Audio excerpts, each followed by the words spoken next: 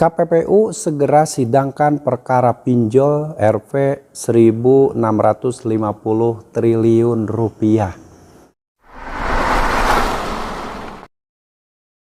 Assalamualaikum warahmatullahi wabarakatuh. Selamat siang teman-teman semuanya. Apa kabar Anda di hari ini? Saya harap kalian masih dalam keadaan sehat walafiat dan selalu dalam lindungan Allah Subhanahu wa taala. Amin ya rabbal alamin. Kali ini yang akan saya bahas adalah mengenai KPPU segera sidangkan kasus pinjol atau perkara pinjol Rp 1.650 triliun. Nah, ini sangat luar biasa besar ya. Jadi buat teman-teman yang ingin tahu bagaimana kelanjutan kasus ini, silahkan disimak videonya sampai selesai. Mudah-mudahan yang saya sampaikan ini ada manfaatnya buat teman-teman semuanya. Dan buat teman-teman yang saat ini masih selalu setia mensupport channel ini dan selalu menantikan setiap video yang saya publikasikan setiap harinya, saya ucapkan terima kasih banyak dan saya doakan semoga kalian diberi kesehatan, diberi kemudahan rezeki oleh Allah Subhanahu wa taala. Amin ya rabbal alamin. Dan buat teman-teman yang saat ini sudah terlanjur gagal bayar di pinjol, gak usah panik lagi, karena orang-orang yang sudah gagal bayar di pinjol hidupnya insya Allah akan lebih baik jika dibandingkan dengan yang masih rawat-rawat hutang pinjol, masih gali lubang tutup lubang mencari dana talangan sampai akhirnya endingnya gagal bayar dan hancur-hancuran. Hati-hati saja, jangan maksa bayar pinjol jika sudah tidak mampu bayar. Oke, mengenai statement yang menyatakan bahwa KPPU segera sidangkan perkara pinjol Rp 1.650 triliun. Kalian boleh lihat di layar beritanya, cuman yang saya tampilkan mungkin hanya cuplikannya saja. Sebanyak 97 penyelenggara layanan pinjaman online yang ditetapkan sebagai terlapor diduga menetapkan platform bunga harian yang tinggi secara bersama-sama melalui kesepakatan internal atau eksklusif yang dibuat Asosiasi Industri atau AEPI. Nah, jadi kalian bisa tahu sekarang bahwa AEPI itu kan melindungi pinjol atau asosiasi yang mengawasi pinjol, tapi mereka itu diduga melakukan ya monopoli tentang persentase bunga. Kita lanjut ya. Komisi Pengawas Persaingan Usaha atau KPPU segera menyidangkan dugaan pelanggaran kartel suku bunga di industri pinjaman online dalam sidang Majelis Pemeriksaan Pendahuluan yang akan dilaksanakan dalam waktu dekat. Langkah ini menandai eskalasi serius atas temuan indikasi pengaturan bunga secara kolektif di kalangan pelaku usaha pinjaman berbasis teknologi. Nah, semua pinjol yang diawasi oleh OJK yang di bawah pengawasan AEPI, mereka bersama-sama untuk mengatur sedemikian rupa persentase bunga yang mana itu bisa membuat nasabahnya terjerat bahkan terjebak dalam lingkaran hutang pinjol karena persentase bunganya tadi yang ternyata ini sudah diduga disepakati oleh semua pinjaman online yang berada di bawah AEPI. Jadi teman-teman yang saat ini masih berpikir sehat, masih berpikir cerdas, jangan lagi Anda maksa bayar pinjol ya.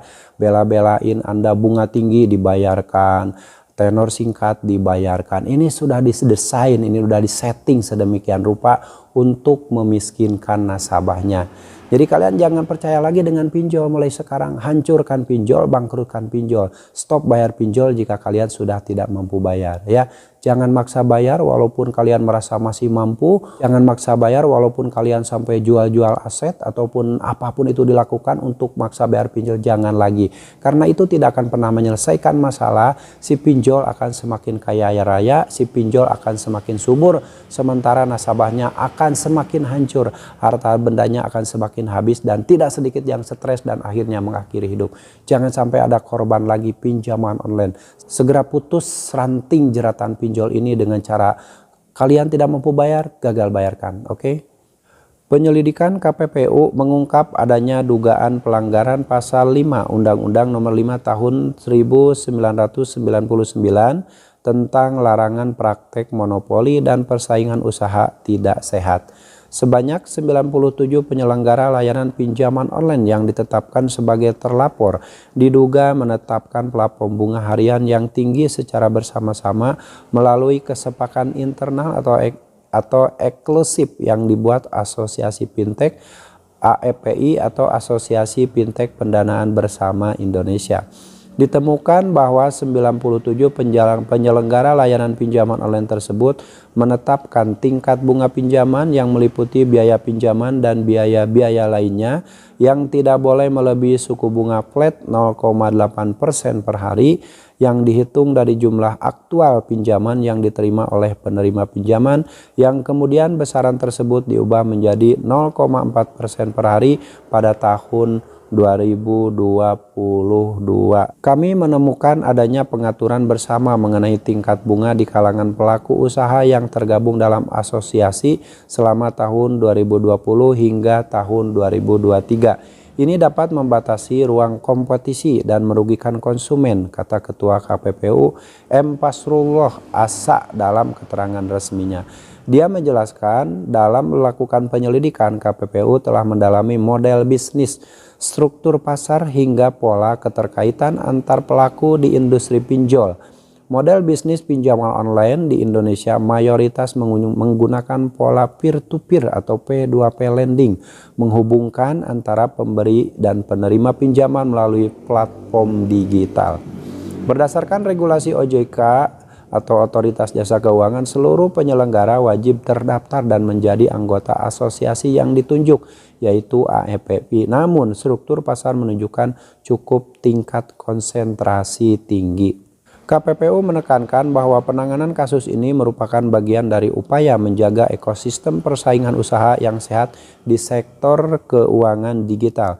Industri fintech dinilai memiliki peran strategis dalam mendorong inklusi keuangan, sehingga praktik-praktik anti persaingan harus dihentikan dan dicegah secara dini karena berdampak luar biasa bagi masyarakat, khususnya bagi masyarakat kecil dan masyarakat yang ada di kalangan menengah. Nah, ini teman-teman, betul sekali efek dari pinjaman online sangat besar sekali, di mana banyak masyarakat kecil yang tidak paham bahaya pinjol terjebak meminjam uang di pinjol karena melihat postingan di media sosial iklan-iklan pinjol yang menipu, lalu persyaratan yang mudah, lalu juga pencairan yang sangat cepat, sehingga masyarakat kecil yang tidak paham itu tidak berpikir nanti akibatnya akan seperti apa karena ditawarkan kemudahan tadi, ditawarkan kemudahan akses, sehingga mereka melakukan peminjaman dan akhirnya terjebak dalam lingkaran setan hutang pinjol. Dan banyak juga yang sampai hancur-hancuran menjual aset, menggadaikan aset dan lain-lain sampai hidupnya hancur-hancuran dan akhirnya mengakhiri hidup karena tidak kuat mental. Ketika kita meminjam uang di pinjol itu sudah dimulai kesetresan dari mana? Jatuh temponya yang singkat, pinjam 1 juta dicairkan 650.000, 14 hari sejak pencairan dana harus dikembalikan 1.300.000 rupiah. Itu sudah mulai kesetresan tersebut dimulai ketika pertama kali pinjam uang di pinjol. Jadi buat teman-teman yang sudah terlanjur pinjam uang di pinjol dan saat itu Anda sudah mulai stres, sudah mending stop aja pembayaran. Gagal bayarkan semuanya, walaupun Anda gagal bayar di 10 aplikasi, 20 aplikasi, 50 aplikasi, tidak ada masalah. Itu lebih baik daripada kalian terus-terusan gali lubang, tutup lubang, membuat hutang baru untuk melunasi hutang yang lama. Stop sekarang juga, berhenti. Selamatkan hidup Anda, selamatkan harta benda Anda, selamatkan mental Anda, selamatkan keluarga Anda, selamatkan masa depan Anda. Jangan sampai Anda terus-terusan hancur-hancuran hanya untuk kesejahteraan dan keselamatan masa depan pinjaman online. Pinjol ini adalah rentenir digital yang akan menghancurkan perekonomian rakyat di negara ini. Cuman sampai saat ini tidak ada seorang pun yang berani menghapus pinjol, karena mungkin ada sesuatu di balik pinjol ini. Salah satunya ya ini bisnis bunga, bisnis di mana masyarakat itu dibodoh-bodohi dengan persentase bunga yang tinggi, lalu tenor yang singkat, tiba-tiba persentase bunganya naik dengan sendirinya tanpa diduga sebelumnya, lalu sebelum tanda tangan elektronik langsung sudah dicairkan, baru memasukkan nomor rekening langsung sudah ditransfer dana. Itu berbagai hal terjadi di pinjaman online. Jadi kalian jangan mau lagi dijajah oleh pinjol. Mulai sekarang sudah stop semuanya, berhenti minjol, hindari pinjol, jauhi pinjol, dan jangan sampai kalian terjebak utang di pinjaman online, yang mana jika satu kali saja kalian meminjam uang di pinjol sama dengan memasuki dunia kegelapan, sama dengan memasuki dunia kehancuran hidup Anda. Waspadalah teman-teman, jangan lagi maksa bayar pinjol, gagal bayarkan semuanya. Jika tidak mampu bayar, jangan lagi maksa membayar. Oke, itu teman-teman adalah sekilas info mengenai kasus yang waktu-waktu sebelumnya sudah dikabarkan bahwa KPPU sedang mengawasi pinjol-pinjol yang sedang beroperasi, terutama pinjol legal, di mana ada dugaan kartel suku bunga melakukan monopoli yang akhirnya banyak masyarakat yang terjebak hutang di pinjol karena persentase bunga yang tinggi, tiba-tiba bunganya berubah, tenornya berubah yang asalnya nasabah tersebut mengajukan tenor 30 hari atau 60 hari, tapi setelah dicairkan tenornya berubah jadi 6 bulan. Nah, itu terjadi di pinjaman online. Jadi kalian jangan sampai mau dibodoh-bodohi seperti itu. Jika kalian merasa ada kejanggalan, merasa ada ketidaksesuaian dengan perjanjian-perjanjian di awal, maka tidak usah dibayarkan lagi, karena itu sudah melanggar perjanjian utang piutang di awal. Seperti ketika kalian baru jatuh tempo, sudah dimaki-maki, dibilang bangsat, dibilang maling, dibilang menggelapkan duit perusahaan, lalu kalian juga dikata-katain binatang, dikata-katain bahwa kalian itu diajari oleh orang tua untuk maling. Itu baru jatuh tempo loh, belum telat bayar. Maka itu yang harus kalian putuskan adalah stop pembayaran selamanya, tidak usah dibayarkan lagi. Hancurkan pinjaman online, jangan lagi ada pinjol di negara ini. Oke teman-teman, semoga yang saya sampaikan ini bermanfaat dan kalian harus tetap semangat perjuangkan masa depan kalian, perjuangkan masa depan keluarga kalian. Jangan lagi memperjuangkan pinjaman online. Sampai jumpa lagi di video saya selanjutnya. Wassalamualaikum warahmatullahi wabarakatuh.